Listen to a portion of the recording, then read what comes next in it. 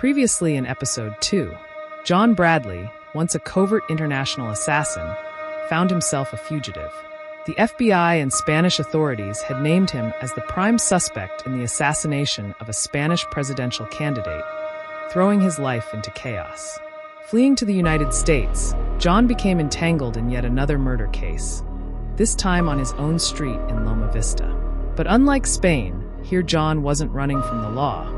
He was hunting for the truth. In his relentless pursuit of the prime suspect, he made a chilling discovery. He had been chasing the wrong person. Yet this mistake led him to something far more dangerous, a shadowy criminal organization that stretches across borders, connecting powerful figures from multiple countries. Now, the stakes are higher than ever, and John must navigate a deadly web of deception to unravel a conspiracy that could cost him everything. Before we dive into today's story, make sure to subscribe, like, and share so I can keep bringing you more untold stories.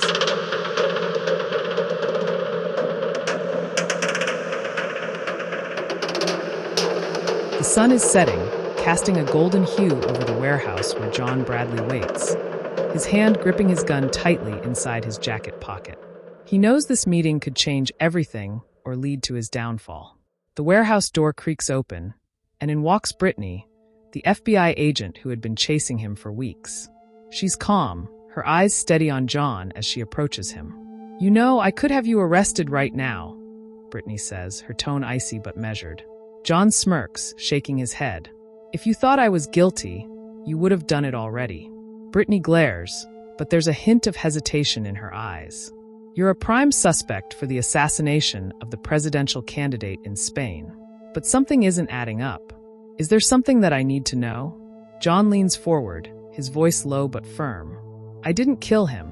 I wasn't even supposed to be near Spain. Whoever did this wanted me framed and silenced. They're tied to the woman who was killed on Loma Vista Street. It's all connected." Brittany's eyes narrow. "You expect me to believe you? You're a known assassin." "I might be an assassin," John replies, his voice rough, "but I don't kill innocent women and politicians. If you want the truth, you need to stop chasing me and start working with me." Brittany considers for a moment. Her mind races through everything she knows about John, his reputation, his skills, his dangerous life. She realizes that if she's going to find the real culprits, she'll need John's help. Taking a deep breath, she extends her hand. "We work together," she says. "But if you try anything, I won't hesitate to take you down." John nods, shaking her hand. "Let's get out of here," John snapped. The rhythmic hum of the car is a dull backdrop to the electric tension inside.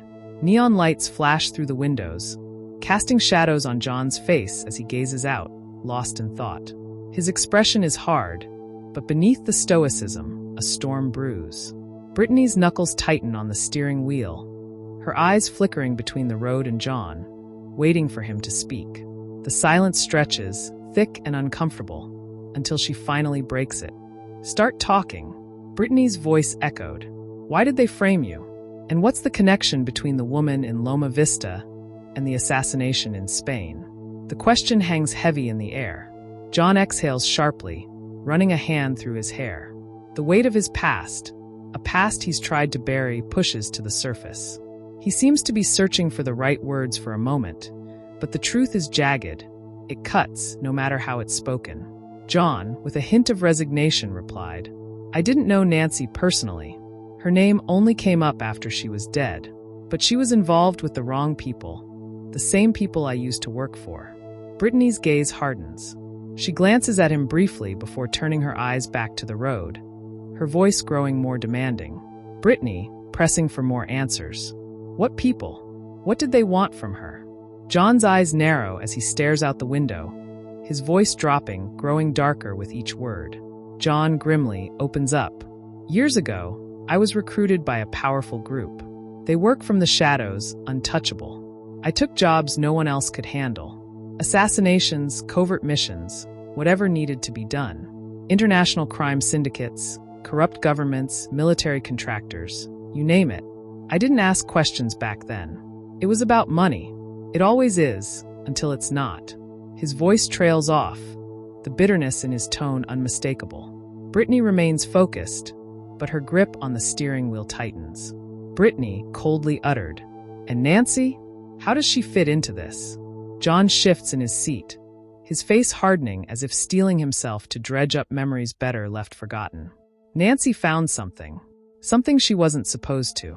A flash drive. I don't know how she got it, but it had information on it, something that scared them. They killed her for it. She tried to run, but no one escaped them for long. The weight of his words settles heavily in the car. Brittany's mind races, trying to piece it all together. This isn't just about a murder or an assassination. This is bigger, far more dangerous. Brittany, determined. Why would they kill a woman in LA than a presidential candidate in Spain? What's the connection? Brittany asked. John leans forward slightly, his voice becoming sharp, laced with barely controlled anger. The people who killed Nancy are the same ones who ordered the hit on the Spanish candidate. It's all connected. They operate on a global scale, pulling strings behind the scenes. Corrupt politicians, CEOs, military elites, they're all part of it. Nancy didn't mean anything to them, but what she had done. Spain? It was just another job, and I was their fall guy. His fists clench, the memory of being used, betrayed, clear in his eyes. Brittany glances at him, her suspicion battling with the weight of his revelation. The pieces are starting to fit together, but it's a picture she never wanted to see. Brittany, with cold curiosity. You worked for them. Why didn't you just leave? Why keep doing it? John lets out a bitter, hollow laugh, his gaze fixed ahead, eyes dark with years of regret. Leave? You don't leave people like that. They own you. Every move you've made, every secret you have, they know it all. You don't walk away clean. They dangle freedom in front of you, but the second you try to take it, they pull you back in. The moment I tried to break free, they framed me, made sure I took the fall in Spain, and now they're tying up loose ends. He pauses, his voice dropping to an ominous whisper. John continues. They don't just erase people like Nancy. They erase people like me too. Brittany's pulse quickens as the gravity of his words sinks in. The stakes are higher than she imagined. This isn't just some local investigation. It's global, dangerous, and far-reaching. Her jaw tightens, but her mind races with the implications. Brittany, focused and urgently asked, "And the flash drive? What's on it?" John's expression turns darker, his frustration seeping through. "I don't know exactly, but whatever's on it, it's big enough for them to kill anyone who knows about it.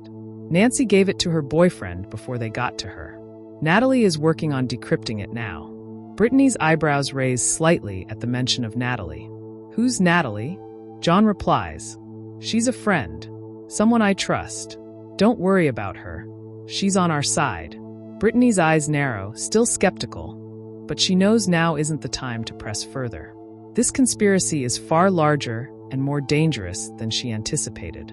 A murder in Loma Vista, an assassination in Spain. These are just pieces of a larger puzzle, one that could change everything. She glances at John, her earlier doubts starting to fade. He isn't just some assassin caught in a bad situation. He's a man trapped in something so vast and dark that he's struggling to see the way out. "We need that flash drive. It's the only thing that's going to keep us ahead of this," Brittany says. "And we need every information on it fast. Before they find us," John suggests. The car surges forward as Brittany presses down harder on the gas. The neon lights of the city blur past them, but the darkness of what they're facing feels ever-present, closing in. They both know that time is running out, and the game they've just entered is far deadlier than either of them imagined. John and Brittany arrive in Mexico City, tracking down a lead on the man responsible for Nancy's death. They find themselves outside a seedy bar in a rough part of the city. John adjusts his jacket, his gun tucked securely inside, while Brittany looks around, trying to keep a low profile. "This is where our guy was last spotted," John says, scanning the crowd. Inside the bar, they spot the man, Antonio, a known hitman with ties to the organization. He's seated in the corner, a bottle of tequila in front of him.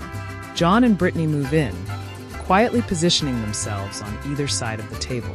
Antonio looks up, his eyes widening as he recognizes John. "You're making a mistake, Bradley," Antonio slurs. "You don't want to mess with these people."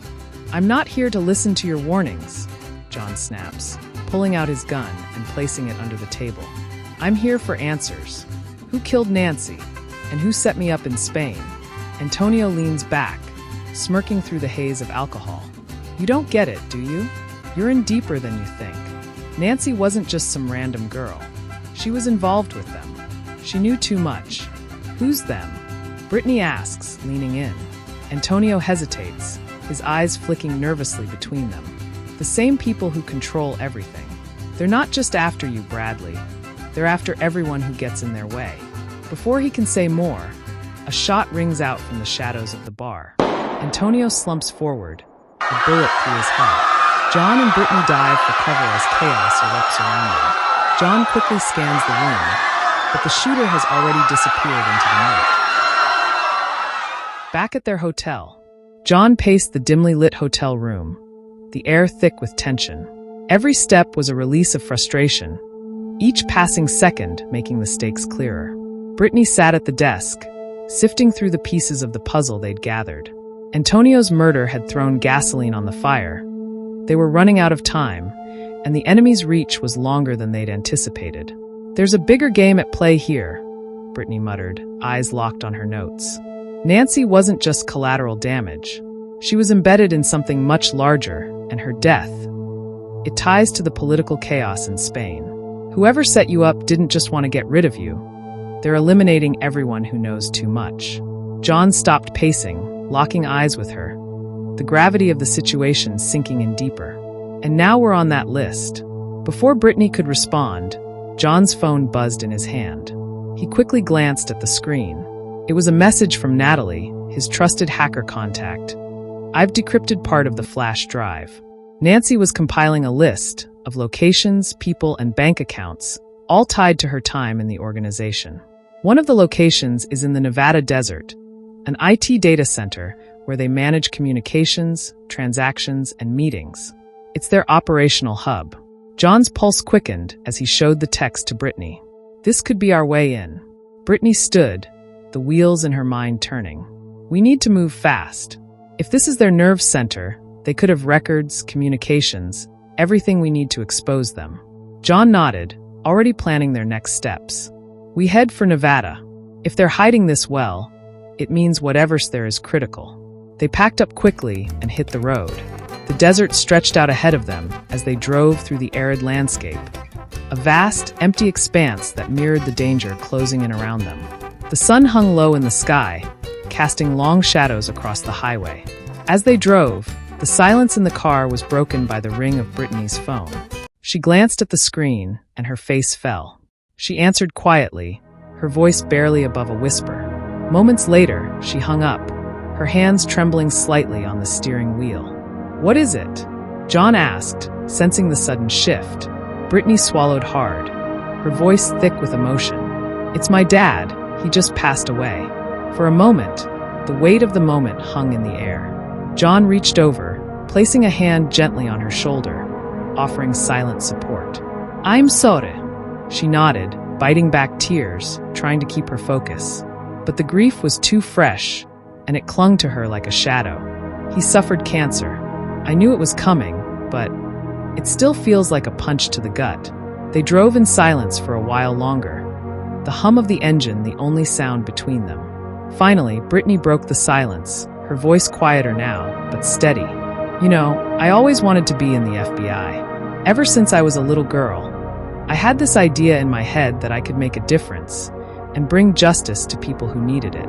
My dad, he was so proud when I got in, even when I was assigned to boring desk work. He always believed in me." John listened quietly, sensing that this was more than just small talk. This was her opening up, if only a little, in the middle of all the chaos they were facing. "You're doing that now," John said softly. "You're making a difference." A faint smile flickered on her lips, but it quickly faded. "It's just, I never thought I'd be chasing down international crime syndicates. This is so much bigger than anything I imagined." "None of us do," John said, his voice low. "But we're here now, and we keep going." Hours passed, and they finally arrived near the Nevada location.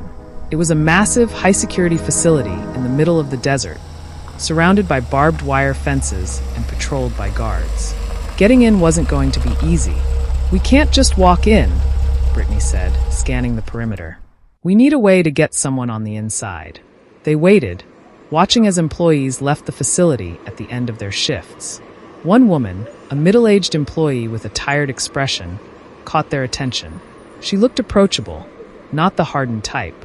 John and Brittany exchanged a glance. They followed her home, staying discreet. Once she was inside her house, they approached carefully, knocking on her door. When she answered, John spoke calmly, trying to build trust.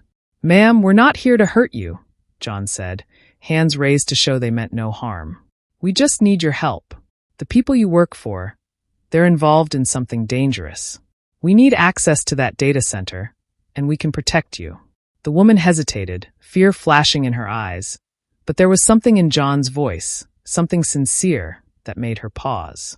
She let them in, her hands trembling slightly as she listened to their story.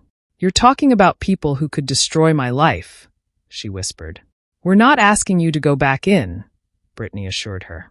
"We just need access. From here, from your home. And we can keep you safe." After a long, tense moment, the woman nodded, leading them to her home office. She worked quickly, her fingers flying across the keyboard, giving them remote access to the server. "I've found something," she said, her voice low. "The organization's accountant. He handles all the transactions, every deal, every bribe. I've got his profile, his home address, even his travel itinerary." John leaned over, scanning the screen. "This is it. This is how we bring them down." But as they looked at the data, both John and Brittany knew this was just the beginning. Their enemies were vast, powerful, and dangerous. But now they had a lead, a real, tangible way to strike back. "We move on the accountant," Brittany said, her voice steady but filled with resolve. "We find out what he knows and make sure he doesn't see us coming." Thank you for listening. I hope you enjoyed it. Do you think Bradley and Brittany are beginning to connect emotionally? What is their next plan? Please drop your comment in the comment section below. Don't forget to subscribe, like, and share the video to listen to episode 4 next week Friday.